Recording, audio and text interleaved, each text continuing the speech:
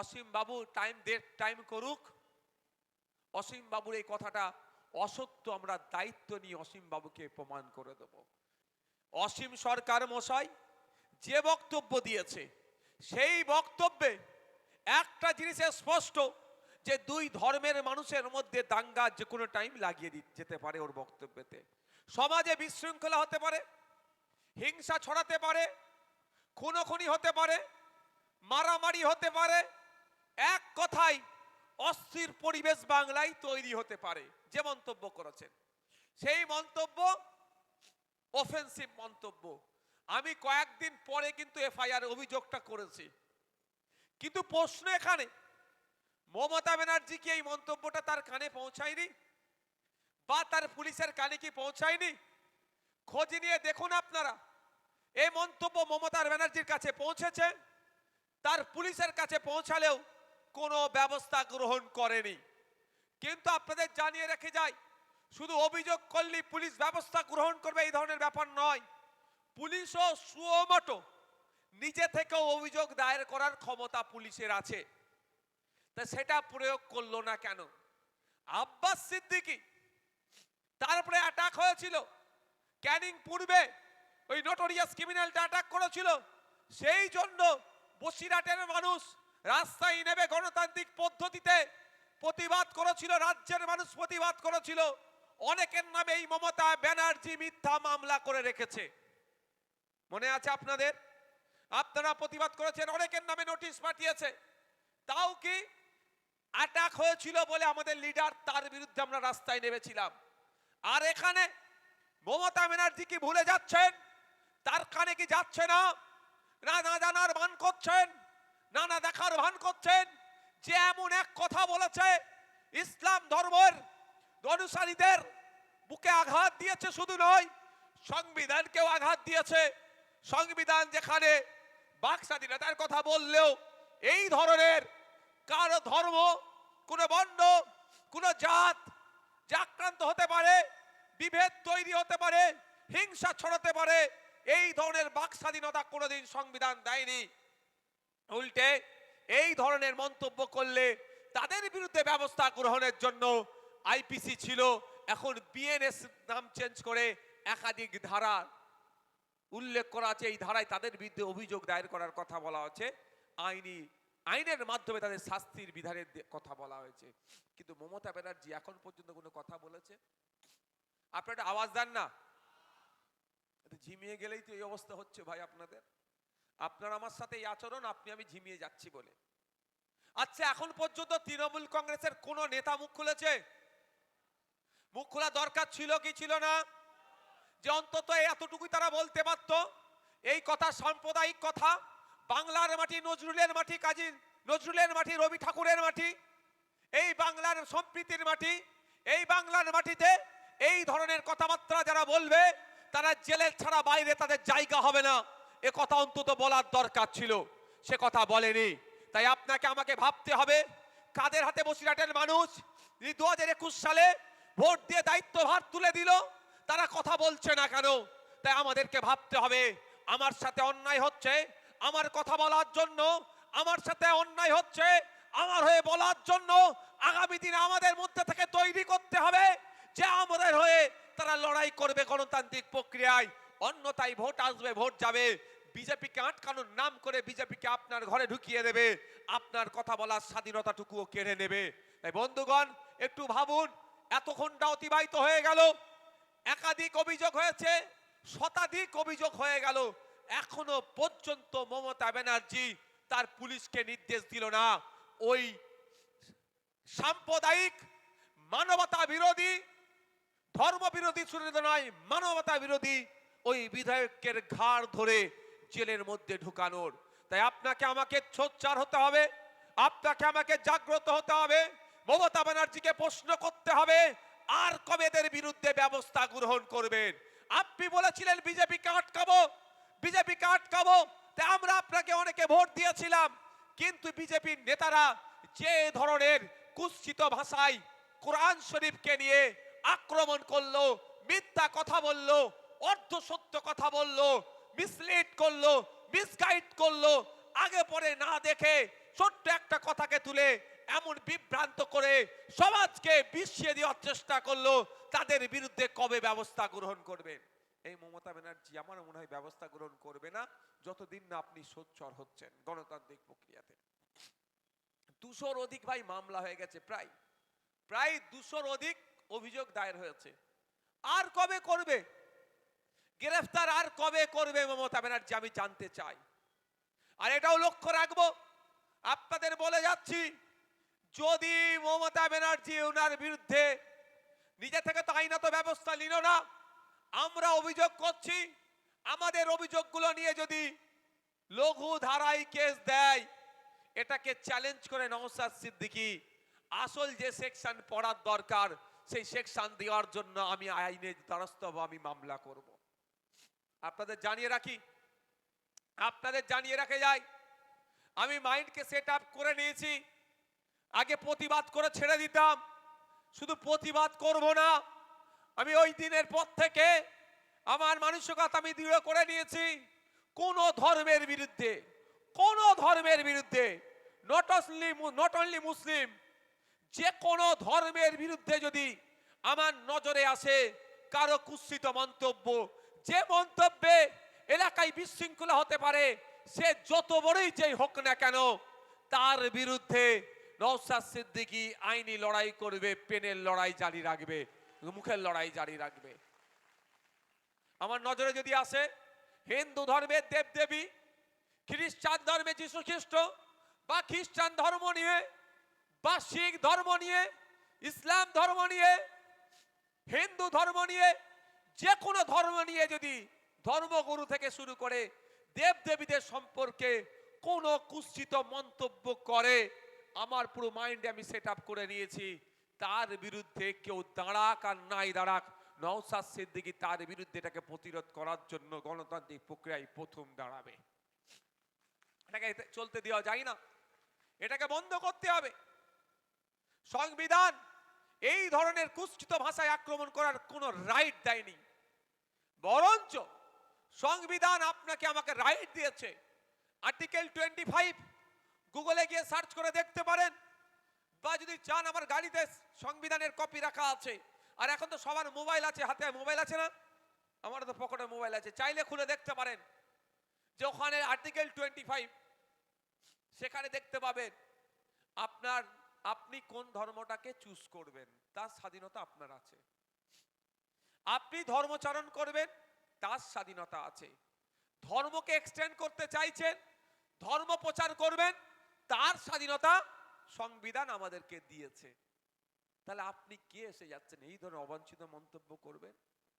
আমি এখানে চ্যালেঞ্জ করছি একটা কথা, যে অসীম বাবু যে কথা বলেছেন, অসীম বাবু টাইম করুক। অসীম বাবুর এই কথাটা অসত্য, আমরা দায়িত্ব নিয়ে অসীম বাবুকে প্রমাণ করে দেব, এবং সেটা শান্তিপূর্ণ ডিবেটই হবে, কোনো হিংসার পথ অবলম্বন করে নয়। হিংসা দিয়ে হিংসাকে রোধ করা যায় না, হিংসাকে দিয়ে হিংসাকে রোধ করা যায় না। শান্তিপূর্ণ ডিবেটের আহ্বান করা হচ্ছে।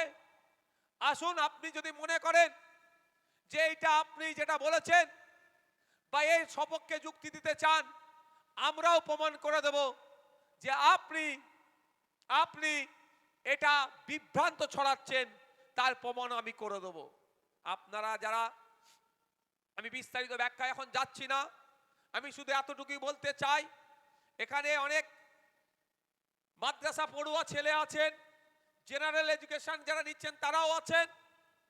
এতটুকু শুধু বলতে চাই, কোরআন শরীফের যে আয়াতগুলো আছে, যে আয়াতগুলো নাজিল হয়েছে, অবতীর্ণ হয়েছে, 1 বছর ধরে নয়, দীর্ঘ বছর ধরে 30 পারা কোরআন শরীফ নাজিল হয়েছে।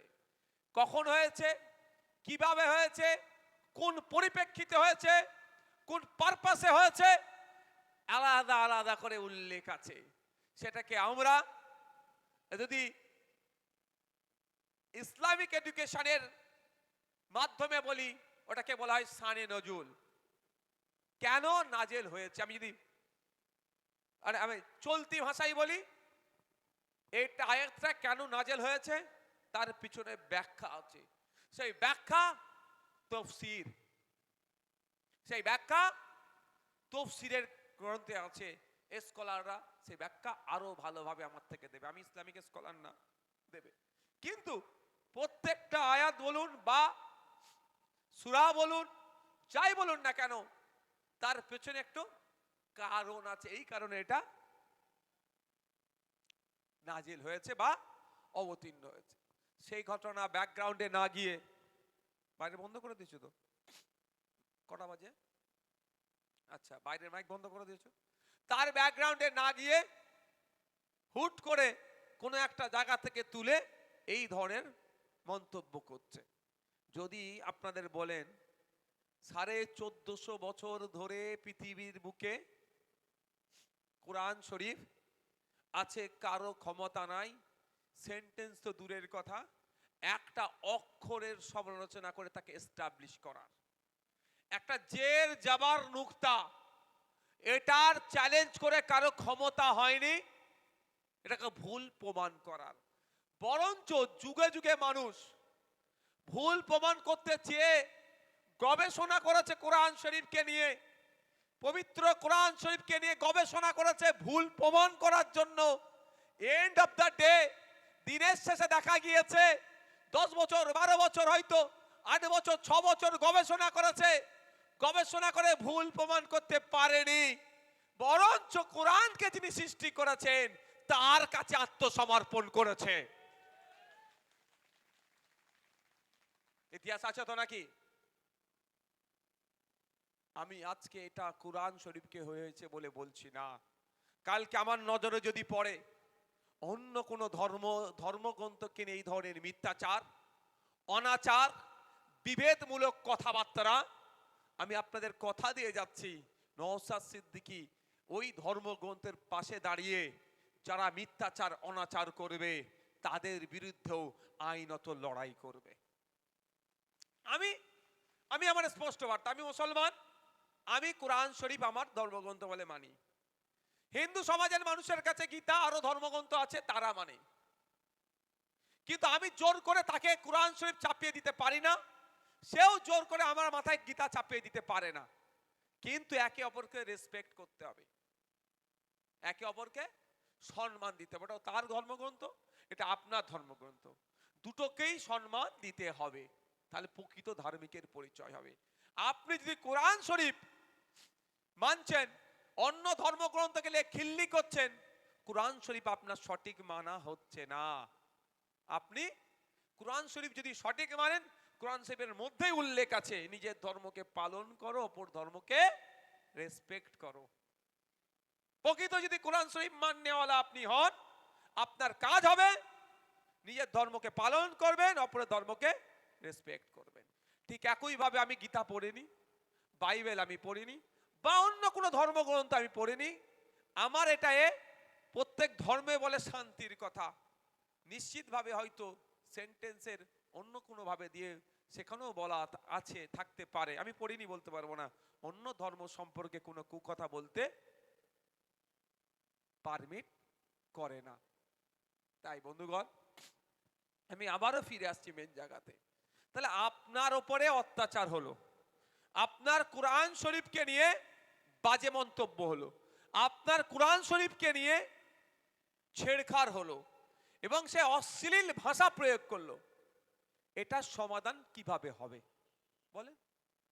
আপনি ঘিরে ওনাকে করবেন নাকি? এটা সমাধান? এটা সমাধান নয়। এই না, আপনি ঘিরে তার কাছ থেকে জবাব চান, সেই জন্য আপনার হাতে আইন তুলে দিয়েছে দেশ। কি আইন তুলে দিয়েছে? সেকশন ধরে উল্লেখ আছে, সাম্প্রদায়িক দাঙ্গা বাঁধতে পারে যদি এমন কথা হয়, এই সেকশনে ওর এত ধারা মামলা হবে, এই সেকশনে ওর নামে মামলা করো, ওকে কোর্টের মাধ্যমে শাস্তির ব্যবস্থা করো। আপনি আইন হাতে তুলে নিতে পারবেন না। এটা কে বলছে? দেশ বলছে। তাহলে আমরা সেই পথ অবলম্বন করব। আমরা পথ অবলম্বন করেছি কি? ওনাকে ঘিরে ধরিনি, ধরবেন না কেউ, চাইছে এটা, কিন্তু এটা চাইছে, মাথায় রাখবেন। আমি কি সমগ্র মতুয়া সমাজের মানুষ বা হিন্দু সমাজের মানুষ এই কাজটা করেছে? করেছে একটা ওই অসভ্য লোকটি। আমি অসভ্য লোকই বলবো, সভ্য মানুষের মুখে কথা হয় না, সভ্য মানুষের কথা বলতে পারে না কোনোদিন। তাহলে আমরা কি করলাম? আইনের মাধ্যমে ওর ব্যবস্থা গ্রহণ করতে চাইলাম। এই আইনের মাধ্যমে আমরা তো ব্যবস্থা গ্রহণ করতে চাইছি, কিন্তু এই আইনে আমরা তো ফার্স্ট স্টেপ গিয়েছি, সেকেন্ড থার্ড স্টেপটা কার নেওয়ার দরকার? প্রথম থেকে সরকারের নেওয়া দরকার ছিল, সরকার নেয়নি, ঘুমাচ্ছে। তাই সরকার ঘুমাচ্ছে, আমাকে এগিয়ে যেতে হলো এফআইআর করতে। আমার মুসারা গতকালকে গিয়েছিল মাটিয়া থানাতে এফআইআর করতে। তাহলে আমরা এগিয়ে গেলাম। তাহলে এবার কি হবে? এটাকে বাস্তবায়ন করতে হবে, শাস্তির দিকে করতে হবে। এবার কাজ কি প্রশাসনের? অভিযোগটাকে গ্রহণ করেছে, এফআইআর হিসাবে ট্রিট করবে। এফআইআর হিসাবে ট্রিট করার পরে ওনাকে নোটিশ পাঠাবে। 7 বছরের আগে যদি সাজা হয় তাহলে ওনাকে নোটিশ পাঠাতে হবে। আর 7 বছরের বেশি যদি শাস্তি হয়, যে অফেন্স করেছে তিনি, তাহলে নোটিশ পাঠাবার দরকার নেই, যাবে তুলে নিয়ে চলে এসে জেলের মধ্যে রাখবে। এবার জজের উপরে নির্ভর হবে কি শাস্তি হবে, সেটা জজের উপর। ঠিক আছে? তাহলে কি পুলিশ তার কাজটা করেছে? এই সরকার তার কাজটা করেছে? মমতা ব্যানার্জি কি তার কাজটা করেছে? তাহলে আপনারা মমতা ব্যানার্জির হাতটা শক্ত করে হলোটা কি আপনি বলেন এবার? আপনি তো মমতা ব্যানার্জির হাতটা শক্ত করেছেন, শক্ত করে ওই হাতেই তো আপনার ক্ষতি করছে।